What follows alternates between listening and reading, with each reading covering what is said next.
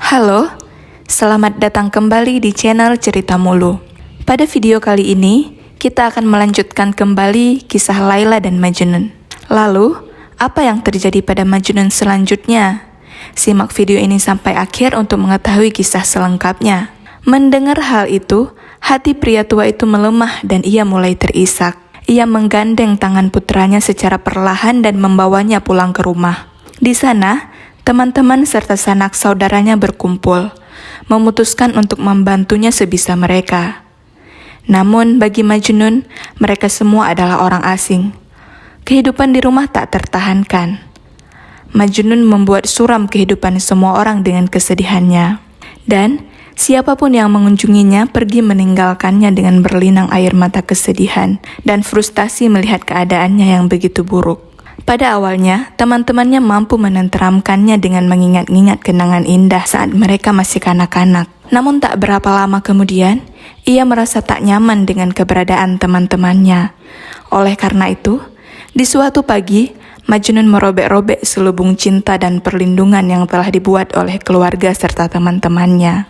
Lalu mengambil beberapa barang miliknya, kemudian melarikan diri ke Gurun Najd.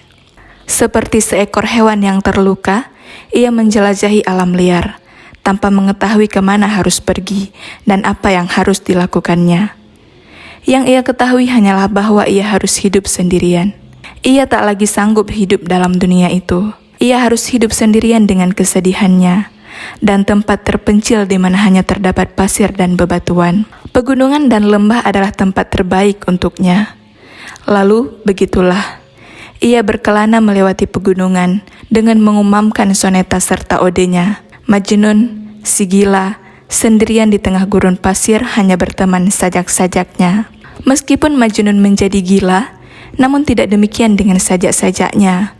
Bahkan, bila orang-orang mencaci makinya, menghukumnya, dan mengucapkan hinaan demi hinaan kepadanya, mereka tetap tak menyalahkan bait-bait sajaknya. Banyak orang yang berdatangan dari jauh mendekatinya dalam perjalanannya di pegunungan hanya untuk mendengar sajak-sajaknya. Mereka biasanya duduk di dekat kakinya dan mendengarnya menyanyikan lagu cinta. Dan saat mereka mendengarkan, mereka mencatat syairnya dan membawanya kembali ke kota serta desa mereka.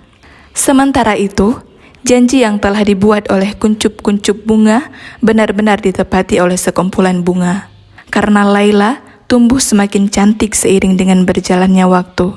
Satu tatapan dari matanya sudah cukup untuk membuat 100 raja berlutut di hadapannya. Satu senyuman dari bibirnya yang bak merah delima sudah cukup untuk mengalahkan sepasukan tentara.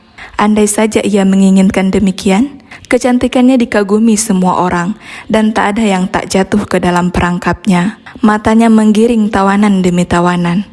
Setiap tawanan itu terikat oleh helaian rambutnya yang indah.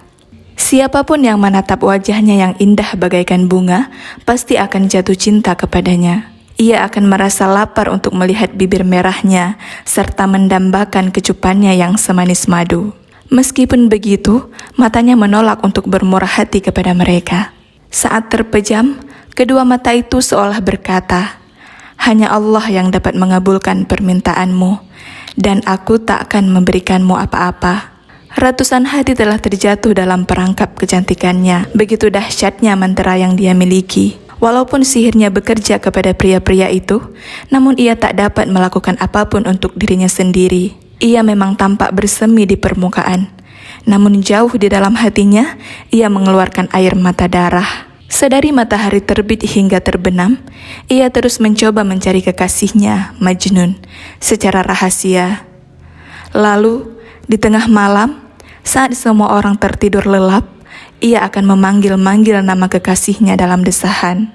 Air mata tak pernah berhenti mengalir di pipinya. Ia hanya tertawa untuk menyembunyikan kesedihannya. Sejak perpisahan mereka, api hasrat telah terbakar di dalam hati sepasang kekasih itu. Namun Laila menyembunyikan nyala api itu dan tak membiarkannya mengeluarkan asap. Ketika seseorang sedang sekarat, sang dokter biasanya memegang sebuah cermin di mulut si pasien untuk mengetahui apakah ia masih bernafas. Dan Laila juga memiliki cermin itu. Namun, cermin itu adalah jiwanya sendiri yang selalu menanyakan keberadaan kekasihnya, yaitu Majnun. Tak ada seorang pun yang dapat ia percayai. Jadi, setiap malam ia hanya menceritakan pikiran-pikiran terdalam serta rahasianya kepada bayangannya sendiri. Di satu sisi terdapat lautan air mata, namun di sisi yang lain terdapat api cinta yang membara untuk kekasihnya. Laila berdiri di antara mereka seperti pari, roh yang melayang-layang di antara api dan air. Meskipun kesedihannya telah menggerogoti jiwanya, ia menyembunyikan kesedihannya dan tak bersedia menceritakannya kepada siapapun. Kadangkala, ketika semua orang sedang tertidur, cahaya rembulan membawanya ke pintu masuk tendanya. Di sana, ia akan berdiri terpaku, menatap jalanan, menanti. Namun, siapakah yang ia nantikan? Apakah ia menanti datangnya seseorang yang membawakan pesan untuknya dari kekasihnya? Apakah ia berharap datangnya seorang pemberi selamat untuk menyampaikan salam dari jauh? Apapun yang ditunggunya, tak kunjung tiba jua. Lalu ia membayangkan udara malam itu sebagai sang penyampai pesan yang membawa desahan kekasihnya dari pegunungan Najd. Sementara itu, setiap awan mendung ia bayangkan sebagai sang pemberi selamat yang menyampaikan salam hangat dari kekasihnya seperti air mata yang menetes dari surga. Satu-satunya hal yang sampai kepadanya adalah sajak-sajak kekasihnya. Sajak-sajak itu diucapkan oleh orang-orang yang lalu lalang. Bahkan, bocah-bocah miskin di pasar pun dapat mendendangkan sajak-sajak itu. Entah Majnun mengetahuinya atau tidak, namun suara hatinya telah didengar oleh sang kekasih. Dan karenanya, Laila merasa sangat bahagia.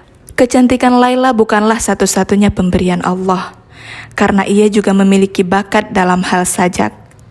Ia menyimpan sajak-sajak Majnun dalam pikirannya begitu ia mendengarnya. Lalu ia menyusun kata-kata indah sebagai balasannya.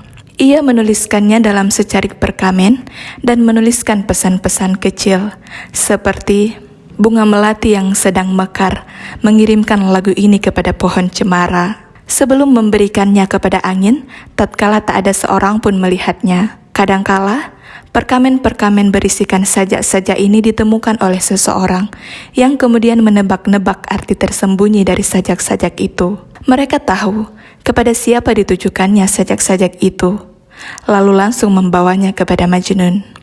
Sebagai ucapan terima kasih kepada sang penemu, Majnun menciptakan sebuah sajak untuk mereka, yang sudah pasti akan sampai ke tangan Laila. Begitu banyak pesan yang saling mereka kirimkan dan terima dengan cara seperti ini. Metode ini memperkenankan mereka untuk menjembatani jurang perpisahan dengan saling memberikan cinta dan harapan.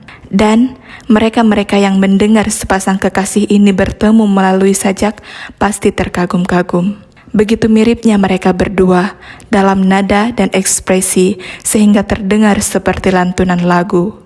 Karena suara sepasang kekasih ini adalah suara cinta, dan cinta itu cukup kuat untuk dapat mematahkan mantra apapun juga. Pada akhirnya, mereka dipertemukan melalui sajak-sajaknya yang indah, yang disampaikan oleh orang-orang yang mendengarnya. Lalu, apa yang akan terjadi selanjutnya pada Laila dan Majnun? Akankah mereka bersatu dalam ikatan cinta yang sah? Simak kisahnya di video selanjutnya ya.